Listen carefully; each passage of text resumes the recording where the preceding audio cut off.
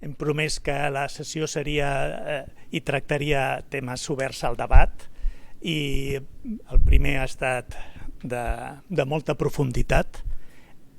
Passem ara al segon, que serà el nostre primer debat sobre temes relacionats amb Covid. Per mi és una enorme satisfacció poder-vos presentar al professor Esteve Fernández. És un epidemiòleg, professió que s'ha posat de moda en els últims mesos. És una persona que ha fet molt per intentar prevenir l'impacte que té el tabaquisme a la nostra societat. Jo diria que la seva ciència és una ciència de la implementació, per sobre de tot.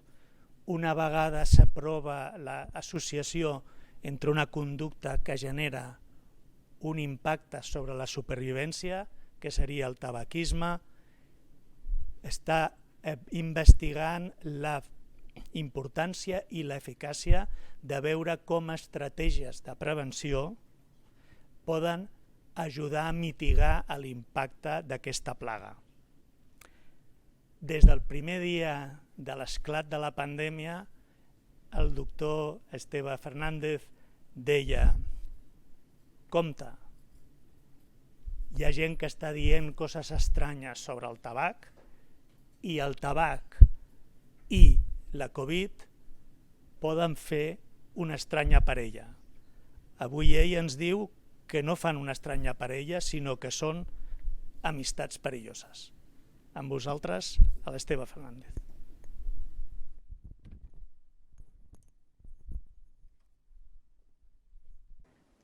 Bé, moltíssimes gràcies. La veritat és que és un plaer ser aquí per poder comunicar durant una estona, segurament no molt llarga, per poder transmetre un missatge i explicar algunes de les coses que estem fent. Gràcies al doctor Gavi Capellà per aquesta presentació, per pronunciar bé epidemiòleg, que tot i que està molt de moda, doncs molta gent s'hi atrabanca, i intentarem apropar part de la feina que també fem els epidemiòlegs.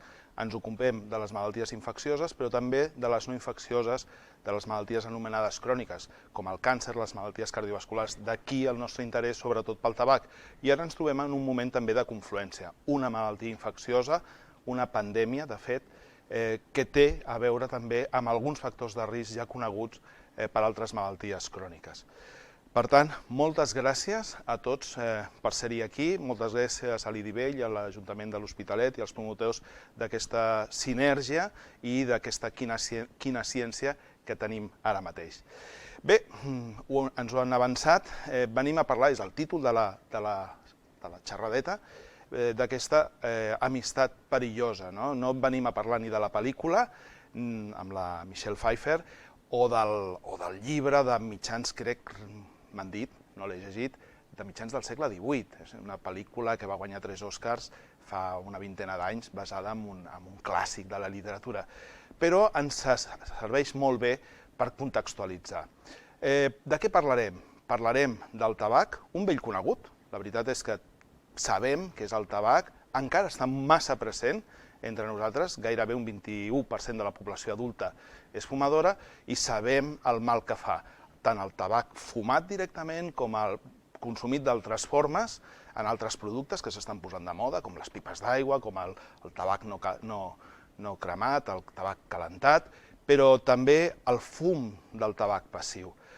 Parlarem una miqueta d'això, d'aquest vell conegut, però parlem d'un altre conegut que a alguns ja ens sembla un vell conegut perquè durant els últims mesos hem estat treballant molt amb ell. Aquest virus que molts emoticonos i el pinten així, amb aquestes antenetes, amb cara de mala d'estar emprenyat i de color verd, però que té una associació i que realment forma una parella estranya, un binomi més letal encara, com veurem. Dèiem que el tabac és conegut i perjudicial, i vull remarcar, no només per les persones que fumen, sinó també, com podem veure aquí, per les persones que estan exposades. Evidentment, aquesta mascareta que porta aquesta dona, que està en segon pla, doncs la protegeix molt poquet del fum del tabac i d'altres coses, i a més té aquesta sensació de perill, que és certa. Sabem que el fum ambiental del tabac és causa de càncer de pulmó i de malaltia cardiovascular, d'infart de miocardi, un risc 20 vegades més gran entre les persones exposades que les no exposades. Però no és aquest el tema. El tema que ens vol ocupar avui és la seva associació amb aquest nou conegut que l'hem vist pintat de molts colors i, de fet, això és una fotografia de microscopia electrònica on el veiem d'un color més groguenc, perquè, de fet, aquestes fotografies es tracten, es coloregen per poder identificar millor el virus en el context que es té. Aquí podem veure molt clarament com té aquesta corona, per això pertany a la família, per dir-ho d'alguna manera, dels coronavirus, i té aquestes antenes que es veuen al seu voltant. El podem veure en una altra situació potser una mica més dramàtica, i el veiem d'un altre color, perquè aquí els investigadors han volgut pintar-lo d'un altre color per diferenciar-lo bé de les cèl·lules que tenen al voltant, que són de teixit pulmonar. Aquí tenim el coronavirus fent mal en el nostre aparell respiratori, concretament en el parènquima, les cèl·lules pulmonars. Bé, tenim aquests dos elements i portàvem unes poques setmanes de pandèmia quan vam poder veure notícies a la premsa a partir d'un estudi que havien publicat uns companys francesos a partir d'una informació de no massa bona qualitat i amb un tractament científic que després ha estat molt criticat. Se'ns va dir que fumar era bo i, de fet, molts fumadors s'hi van agafar això com un ferro calent. No hem de descartar, perquè hi ha uns mecanismes que podrien estar induïts per la nicotina, que hi hagi algun efecte que es pogués aprofitar, si s'investiga bé, pel camp terapèutic i la prevenció, fins i tot, de la infecció per la Covid. Però el que sabem fins ara és que això no és veritat. Aquell estudi era un estudi mal fet, que fins i tot després hem demostrat que els investigadors tenien conflictes d'interessos amb la indústria del tabac, cosa que no havien dit quan van enviar el seu article a les revistes científiques. De fet, la notícia es va fer viral, podem utilitzar també aquesta expressió aquí, fins i tot abans que els resultats estiguessin contrastats per les revistes científiques, que són qui dona el visat, el vistiplau, de que el que hem fet els investigadors s'entén i s'explica i està ben fet. Pot estar molt ben fet o no tan ben fet, però passa per un procés de revisió de les revistes científiques que en aquest cas no va ser així. Això va causar molta polèmica, com dèiem abans, i la veritat és que ha costat tornar enrere, però s'han fet esforços. Jo el que vull presentar és l'evidència que tenim en aquests moments de que això no és així. Ara sabem que existeix una associació en la progressió de la malaltia amb el tabac. Els fumadors van pitjor. Els fumadors que contrauen Covid tenen un pitjor desenllaç. Un pitjor desenllaç que vol dir més mortalitat. Un pitjor desenllaç que vol dir més ingressos a la UCI, més proporció de persones que acaben a la UCI o que necessiten altres mesures més agressives terapèutiques. Això ho sabem per diversos estudis que s'han anat acumulant i que hem pogut revisar. De manera que ser fumador o exfumador, perquè els efectes del tabac, com sabem també amb el càncer o amb altres malalties, romanen durant uns quants anys, doncs tenen un risc més elevat d'aquesta progressió més dolenta de la malaltia. Una progressió que podem quantificar en 2 vegades més risc de malaltia greu, incloent la mort. D'on traiem aquesta dada? He volgut començar donant el resultat perquè em sembla molt rellevant que ens quedi a tots molt clar. I això d'on ho traiem? Utilitzaré un dels últims articles que han publicat uns companys de la Universitat de San Francisco, en el qual van revisar fins al moment, això es va fer al mes de maig aproximadament, es va publicar una mica més tard, al mes de setembre, però ja van poder revisar 19 estudis, la major part d'ells que venien de la Xina, sobre el resultat de la malaltia, tenint en compte si els pacients amb Covid-19 eren fumadors o no eren fumadors. Aquest estudi ens mostra, bé, això no és un arbre de Nadal, d'acord? És una manera que tenim els epidemiòlegs, sobretot, d'ensenyar els resultats de molts estudis. Si us fixeu, hi ha una línia vertical, una miqueta més gruixuda, la podia haver pintat d'un altre color, però no m'ha estat possible, contínua, que a sota de tot té l'1. Doncs si els punts es troben a la seva dreta, vol dir que hi ha un risc més gran per les persones que fumen. Si trobem aquest punt a l'esquerra de la línia, és que hi ha una protecció. Com podeu veure aquí, la major part dels punts, excepte 3 o 4, estan a la dreta d'aquesta línia que ens marca cap a on hi ha més risc. Com podeu veure, els tenim els punts tots una miqueta cap a la dreta, però més important és que aquests investigadors el que van fer és combinar els resultats dels 19 estudis per obtenir una millor estimació, per estar més segurs, per intentar combinar el que en alguns casos eren estudis petits amb tenir un resultat més sòlid. I quina és aquesta combinació? És el que veiem ara il·luminat, aquest rombo, seria el risc conjunt a partir de la informació que ens donen cada un dels estudis. I com podeu veure, aquest és l'1,9. Aquest és el que jo deia abans, quasi 2 vegades més risc de tenir una Covid greu, que inclou la mort, us recordaré diverses vegades, entre els fumadors i en aquest cas també els exfumadors que respecte als no fumadors. Aquesta investigació té algunes limitacions. Per exemple, dels 19 estudis no tots separen entre ser fumador i exfumador, que és diferent. Els exfumadors normalment mantenen una mica del risc de les mateixes malalties que tenen els fumadors, però es va atenuant, es va apaivagant amb el temps. I fins i tot acaba desapareixent, per sort. 15 anys després de deixar de fumar, el risc de càncer de pulmó pràcticament és el mateix en un mai fumador que en un exfumador. Altres malalties, l'efecte és més immediat. En malalties cardiovasculars, aquests efectes positius de deixar de fumar els veiem als 2-3 anys. En el cas de la Covid no ho hem pogut saber encara perquè els estudis que tenim no distingien si la persona era fumadora o exfumadora, excepte 4 d'aquests estudis. Quan els investigadors van analitzar només aquests 4 estudis, es van trobar que el risc de morir o de tenir una conseqüència greu de la Covid era exactament el mateix. Amb la qual cosa estem bastant segurs que això és així. Estem també bastant segurs perquè hem mirat més dades. Aquestes encara són dades de l'estudi dels companys de Califòrnia, d'una forma potser no tan gràfica, però més directa. El risc de complicació, de malaltia greu, diem, i de mort, era del 29,8% entre els fumadors i només del gairebé 18%, del 17,6% entre els no fumadors. Aquesta diferència és molt important i és la que ens dona aquest 2 vegades més risc entre uns i els altres. Nosaltres hem tingut l'oportunitat, com a centre col·laborador de l'OMS, en control del tabac, en base a l'Institut Català d'Oncologia i a l'Institut d'Investigació Biomèdica de Bellvitge, de col·laborar amb l'Organització Mundial de la Salut en una nova revisió de tota l'evidència sobre aquest tema. Els resultats, que estan encara per publicar i per mostrar públicament, però els puc avançar en aquest context, ja que estem gairebé en la intimitat, ens indiquen el mateix. Tenim un major risc de gravetat, de desenllaç fatal entre els fumadors respecte als mai fumadors i també respecte als exfumadors. Això ja amb més de 24 estudis revisats. On no trobem una associació és en la incidència, en l'aparició de la Covid com a tal. Això encara no s'ha pogut, no tenim prou evidències per poder dir que està associat, però sí que sabem que el fum del tabac ajuda a la transmissió de la malaltia. De fet, quan l'Organització Mundial de la Salut va prendre una mica cartes amb això, amb el crèdit o amb el descrèdit, perquè a vegades s'ha criticat moltes coses que fan l'Organització Mundial de la Salut, però en aquest tema de la informació, per exemple, sobre el tabaquisme i la Covid, ens sembla que ha sigut molt encertat.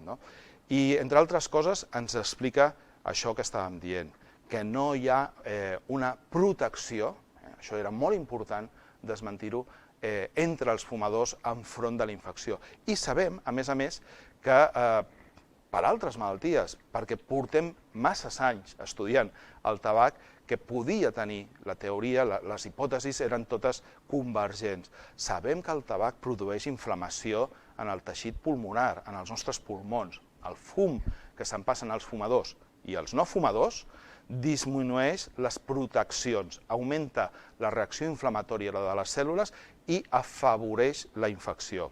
El tabac, per tant, és un factor de risc per altres malalties, algunes per malalties víriques, per cosins germans del coronavirus que tenim en l'actualitat entre nosaltres, i també per moltes altres malalties bacterianes. Per tant, hi ha un efecte directe del tabac, dels seus components, sobre com ens defensem dels virus i de les bactèries.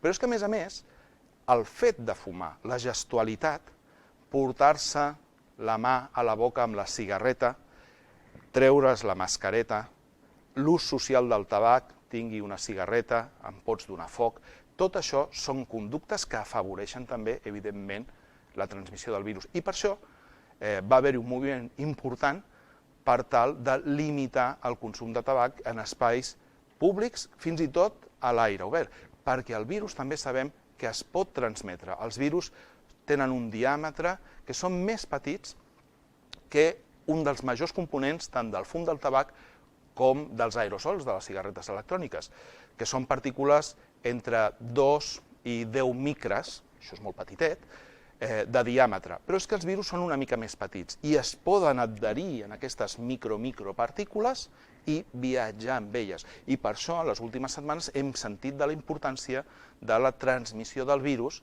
no tant per superfícies, que també, però sobretot pel fet de la transmissió amb els aerosols. Per això, les recomanacions que s'estan fent des de fa ja unes setmanes, un temps, de ventilar bé els espais tancats. Evidentment, hem de ventilar, hem de portar la mascareta, hem de mantenir una distància amb les altres persones, ens hem de rentar les mans, ens hem d'intentar no tocar. I, a més, tot això, en el cas dels fumadors, és molt més important.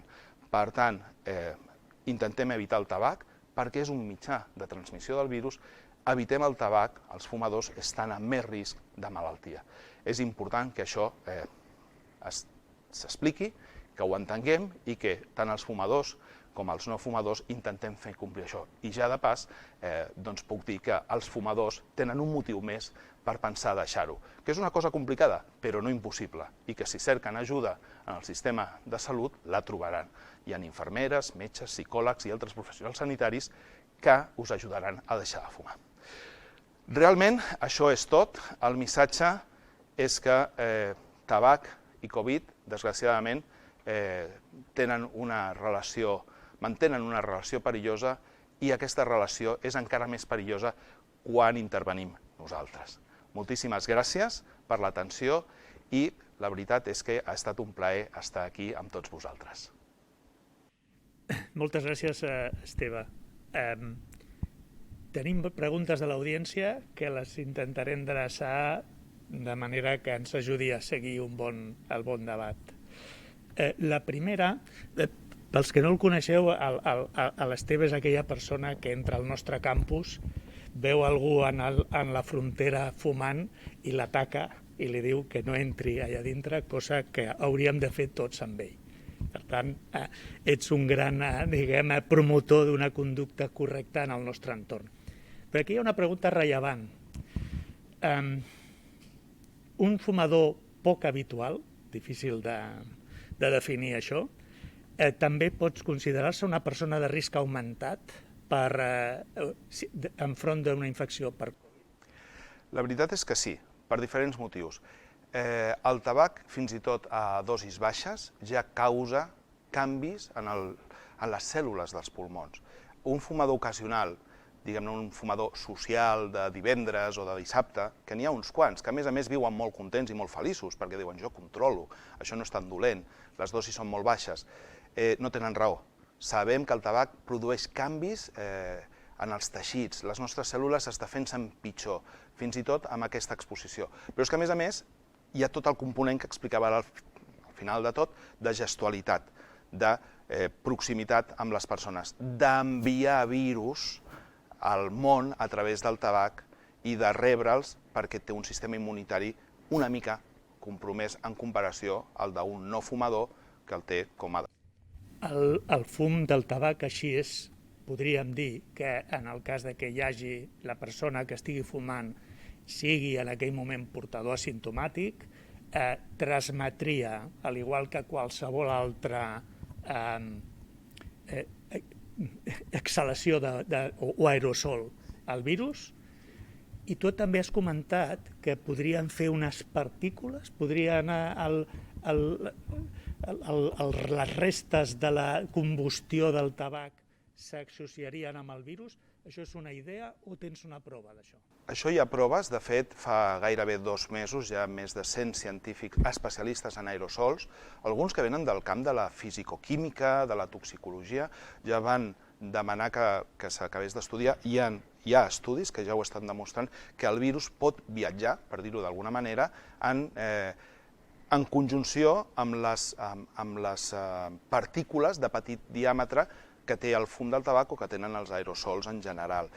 Primer es pensava en la transmissió com altres malalties, com la tuberculosi. En estossegar o a l'estornudar expulsem gotetes, microgotetes de saliva que tenen el virus i que poden ser incorporades o a través de les superfícies o directament per la persona que respira l'estossegada d'aquella persona propera. D'aquí l'ús de mascaretes, està claríssim, però també s'ha vist que la difusió pot arribar fins i tot als 10 metres, ja molt atenuada, en funció també d'una altra cosa, de la càrrega viral de la persona emissora. No és el mateix una persona simptomàtica amb una càrrega viral molt gran que, per exemple, el que comentaves, una persona asimptomàtica que generalment tenen menys càrrega viral.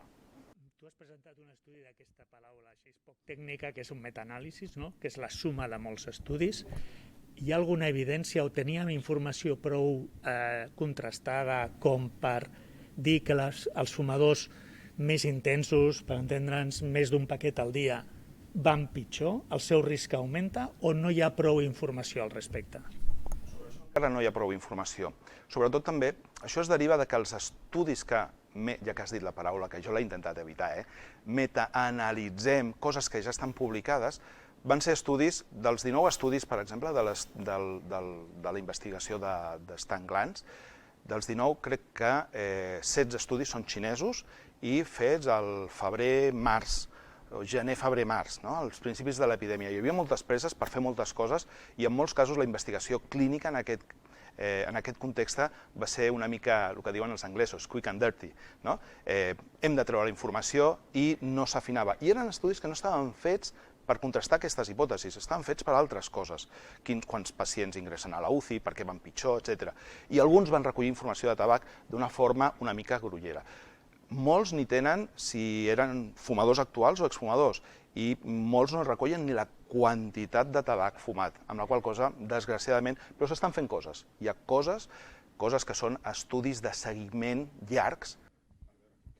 Ara que en els darrers mesos els epidemiòlegs heu entrat, heu pujat a l'escenari, esteu sota els focus, hi ha una pregunta que em sembla bastant interessant, que diu, i els epidemiòlegs?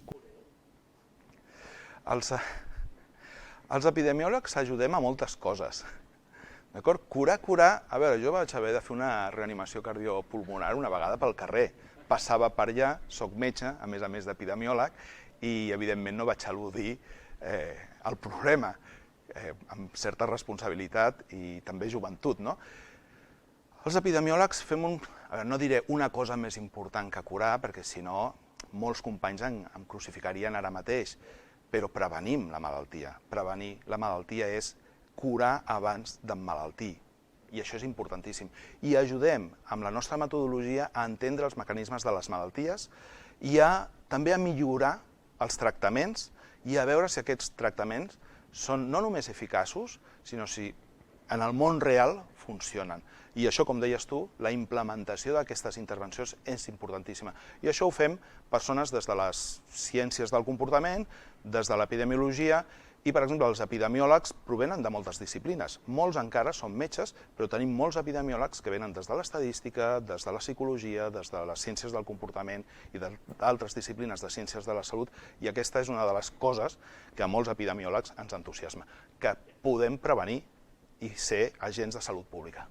M'ha d'entrar una pregunta que és doble i com et conec crec que t'encantarà el doble component.